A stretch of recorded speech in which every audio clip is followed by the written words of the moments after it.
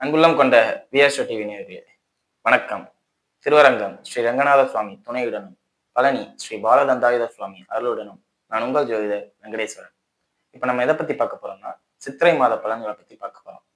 பலன்களை பத்தி பார்க்கறதுக்கு முன்னாடி இந்த சித்திரை மாதத்துல எந்தெந்த கிரகங்கள் எப்பப்ப பயிற்சி ஆகுது அப்படிங்கிறத முதல்ல பார்ப்போம். சூரிய பகவானானவர் மேசராசியில சஞ்சரிக்கிற மாதம் தான் சித்திரை மாதம். செவ்வாய் பகவானானவர் மீனராசியில இருக்கார்.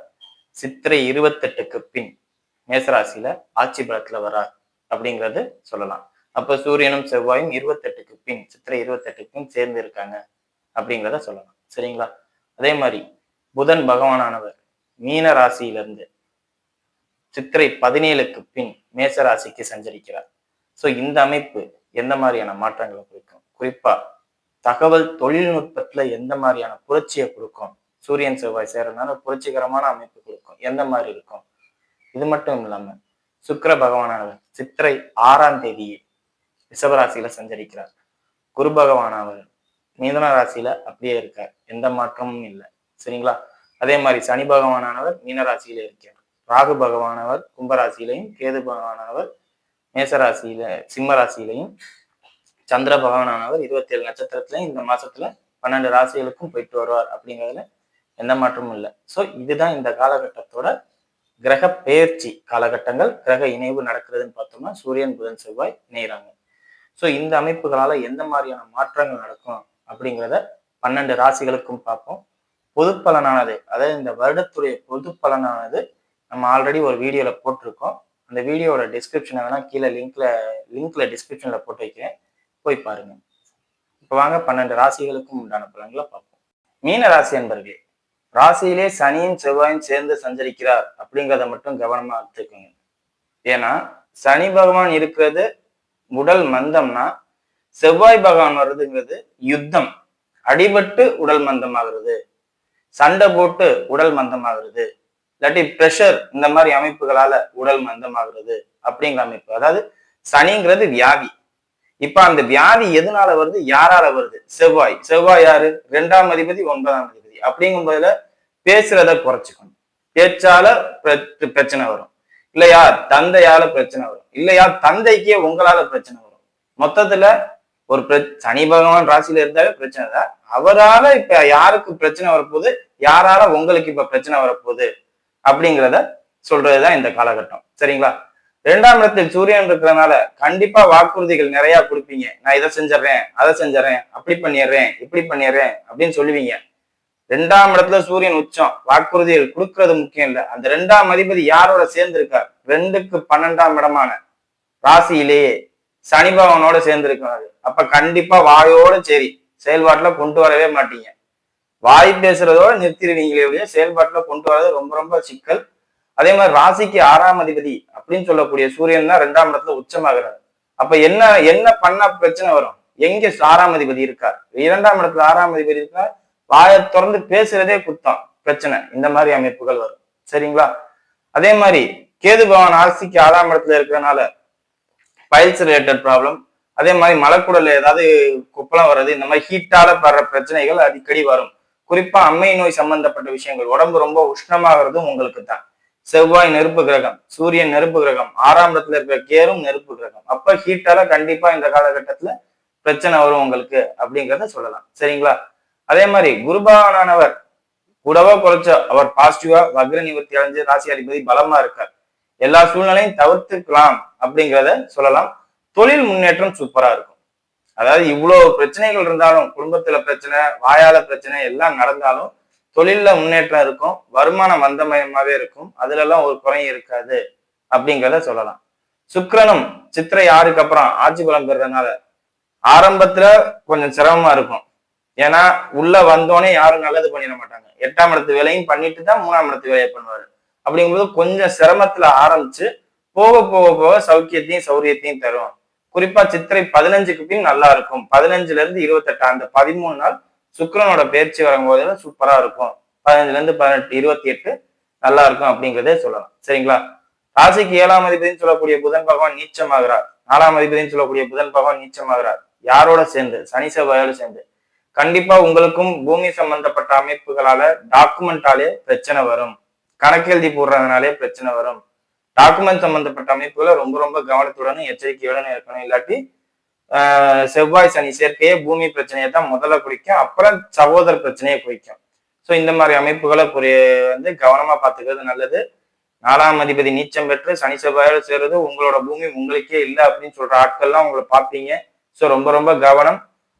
எதுவும் ரியல் எஸ்டேட் சம்பந்தப்பட்ட அமைப்புலையோ இல்ல பூமியை விற்கணும் வாங்கணும் அப்படிங்கிற அமைப்புல இருக்கிறவங்க யாரா இருந்தாலும் டாக்குமெண்ட்டை 1க்கு 2 வாட்டி செக் பண்ணிட்டு அப்புறம் ஸ்டெப் எடுங்க. அவசரப்பட்டு எந்த ஒரு டாக்குமெண்ட்டையும் இது பண்ணிடாதீங்க அப்படிங்கிறத நான் சொல்லுவேன். சரிங்களா? என்ன சொல்ல போனா இந்த காலகட்டத்துல பூமி பக்கத்துல உங்கள்கிட்ட இருக்கா, பத்திரமா இருக்கா அப்படின்னு மட்டும் பார்த்துட்டு இருந்தா போதுமானது. அதை எந்த ஒரு ஸ்டெப்பும் எடுக்க வேண்டாம் அப்படிங்கிறத சொல்லலாம். சரிங்களா?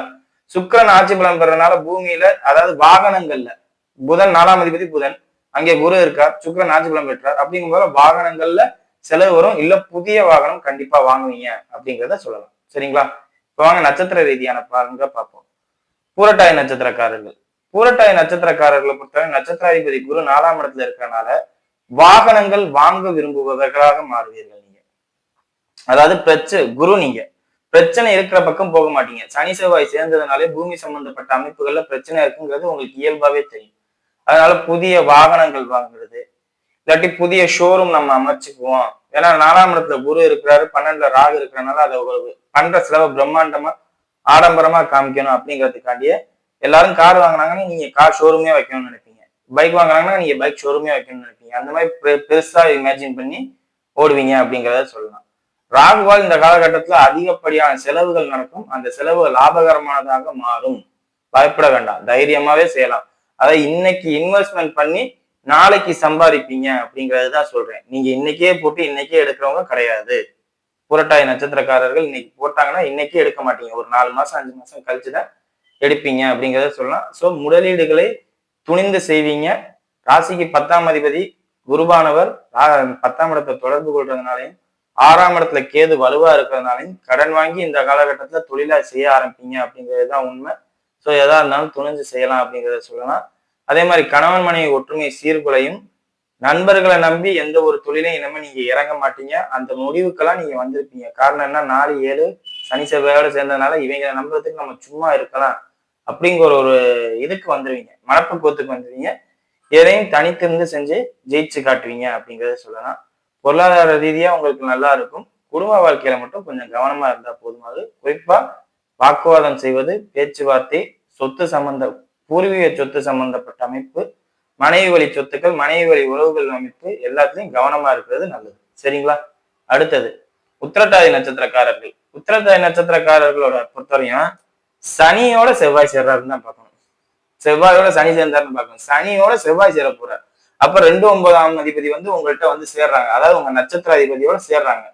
4ஆம் இடத்துல குரு இருக்காரு. இந்த அமைப்பு எப்படின்னா பயணங்கள், திடீர் பயணங்களை ஏற்படுத்தும். திடீர்னு எங்கேயாவது கோயிலுக்கு போறது, திடீர்னு எங்கேயாவது வெளியூருக்கு போறது. நான் ஏன் கோயிலை பர்டிகுலர் சொன்னேன், 9ஆம் அதிபதியோட சனி சேர்றார், ராசிக்கு 9ஆம் அதிபதியோட சனி சேர்றார் அப்படிங்கும்போது கோயில் பயணங்கள் நிச்சயம் இருக்கும். கோயில் சம்பந்தப்பட்ட அமைப்புகள்ல ஈடுபாடுகள் அதிகமா இருக்கும் அப்படிங்கிறத சொல்லலாம். சரிங்களா?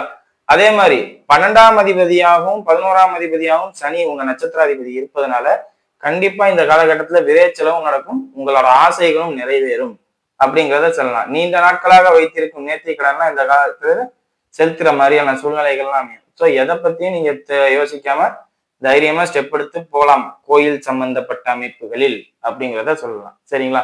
மற்றபடி எந்த ஒரு பெரிய பாதிப்புகளும் இருக்காது. பூமியில இத்தனை நாள் இந்த பிரச்சனைகள்லாம் நிவர்த்தியாகி பரிபூர்ண சந்தோஷத்தை கொடுக்குற மாதிரி அமைப்பு வரும். மற்றவங்களுக்கு பூமியில பிரச்சனை வருதுன்னா உங்களுக்கு இந்த காலகட்டத்துல பூமி ஆதாயமாக மாறும், சந்தோஷத்தை கொடுக்கும் அப்படிங்கிறத சொல்லலாம்.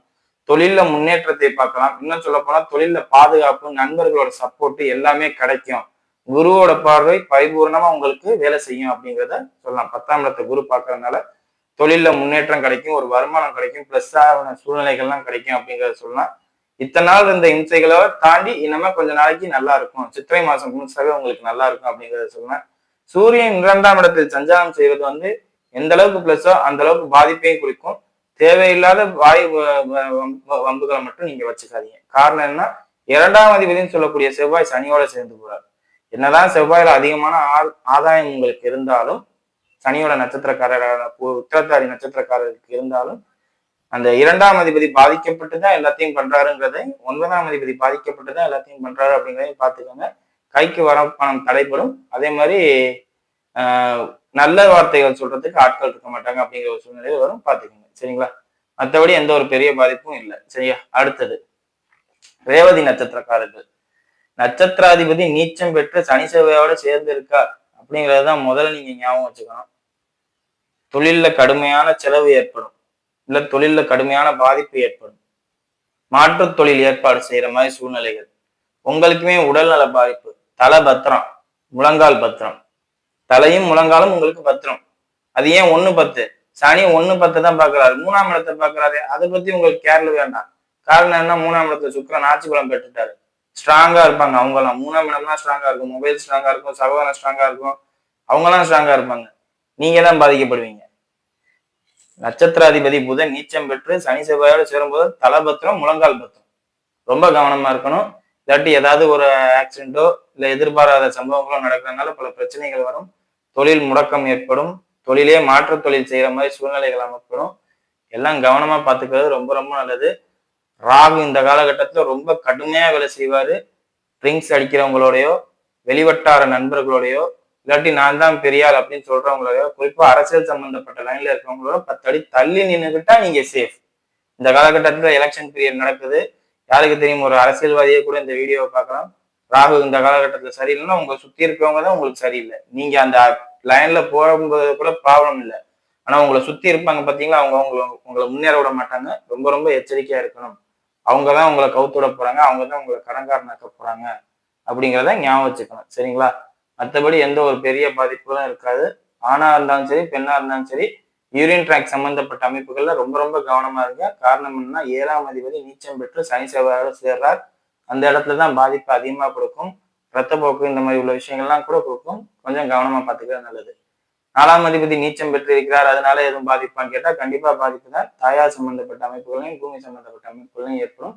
அது பெருசா பாதிக்காது அப்படிங்கிறதையும் சொல்லலாம். சரிங்களா? ஏன்னா 4ல குரு இருக்கா. வீடியோ இப்பதான் ஃபர்ஸ்ட் டைம் பார்க்கறதா இருந்தா லைக்ஸ் பண்ணுங்க, ஷேர் பண்ணுங்க, கமெண்ட் பண்ணுங்க. சேனலை மறக்காம சப்ஸ்கிரைப் பண்ணுங்க.